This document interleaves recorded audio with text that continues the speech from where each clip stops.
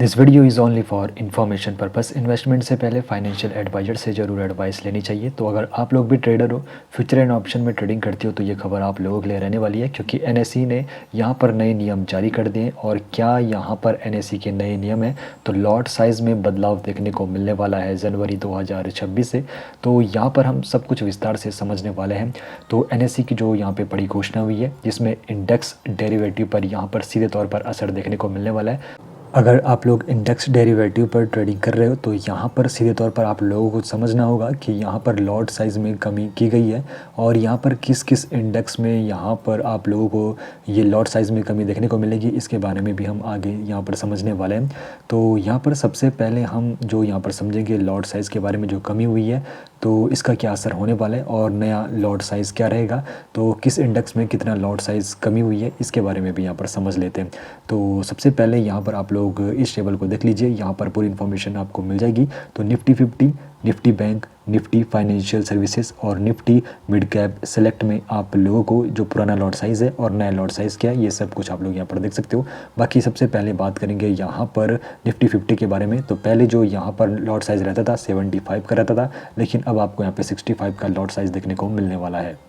Nifty bank का जो lot size रहेगा, तो निफ्टी बैंक का पुराना लॉट साइज़ 35 का रहता था, लेकिन अब जो इनका नया लॉट साइज़ होगा वो 30 का रहने वाला है। और जो निफ्टी फाइनेंशियल सर्विसेज का जो लॉट साइज़ था, पहले 65 का रहता था, लेकिन अब आप लोगों को लॉट साइज़ यहाँ पे 60 का दिखने वाला है। और जो यहाँ पर अगला है निफ्टी मिड कैप सेलेक्ट, तो इसका पहला लॉट साइज़ 140 का हुआ करता था, लेकिन अब 120 का हो जाएगा। तो सभी के मन में ये सवाल ज़रूर आ रहा होगा कि जो ये बदलाव हो रहे हैं, तो ये कब से लागू होंगे। तो जो भी ट्रेडिंग करते हैं फ्यूचर एंड ऑप्शन में, तो उनके लिए ये सवाल काफ़ी ज़्यादा ज़रूरी रहने वाला है। तो यहाँ पर लागू होने की जो यहाँ पर तारीखें हैं, तो यहाँ पर एनएसई ने सीधे तौर पर जो जानकारी दी गई है, तो यहाँ पर लागू होने की जो समय सीमा है, तो पहले तो आप लोगों को यहाँ पर समझना होगा। तो जो भी अभी आप लोग ट्रेडिंग कर रहे हो, तो 30 दिसंबर 2026 तक अभी पुराना ही यहाँ पे क्राइटेरिया चलेगा, लेकिन 6 जनवरी 2026 से यहाँ पर जो यहाँ पे लॉट साइज़ संशोधित किया गया है, वो यहाँ पर शुरू हो जाएगा। और 27 जनवरी 2026 को अपडेटेड लॉट साइज़ के साथ पहली मासिक एक्सपायरी रहेगी। तो ये तारीख भी आप लोगों को ज़रूर ध्यान में रखनी है। तो यहाँ पर आप लोगों को इस बात का ज़रूर ध्यान रखना है, जो साप्ताहिक और मासिक जो यहाँ पर लॉट साइज़ में बदलाव होंगे, तो जनवरी 2026 से नए लॉट साइज़ से लागू हो जाएंगे, और 30 दिसंबर 2025 के बाद नए लॉट साइज़ में एडजस्ट होंगे, जो त्रैमासिक और छमाही आप लोग यहाँ पे ट्रेडिंग करते हो।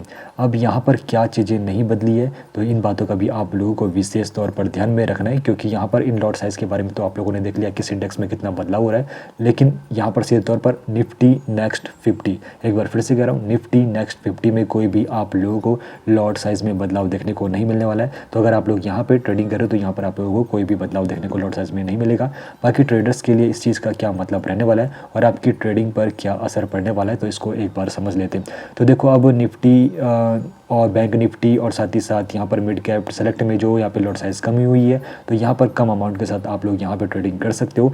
बाकी यहाँ पर एनएसई ये भी चाह रही कि मार्केट में एक्सेसिबिलिटी ज़्यादा हो, यहाँ पे वॉलेटिलिटी ज़्यादा हो, इसी के लिए यहाँ पे लॉट साइज़ में यहाँ पे कमी रखी गई है, और मार्जिन भी अब यहाँ पे कम लगने वाला है। तो ट्रेडर्स के लिए यहाँ पे, यानी कि जो रिटेल ट्रेडर है, कम अमाउंट के साथ भी यहाँ पर अपनी ट्रेडिंग जर्नी को जारी रख पाएंगे। अब यहाँ पर जो ये संशोधन हुए हैं, तो आपकी ट्रेडिंग रणनीति पर ये किस प्रकार बदलाव करेगी, आपकी इस बारे में क्या राय है, हमें कमेंट में ज़रूर बताइए। बाकी स्टॉक मार्केट की पूरी दुनिया से रूबरू रहने के लिए सब्सक्राइब जरूर कीजिए।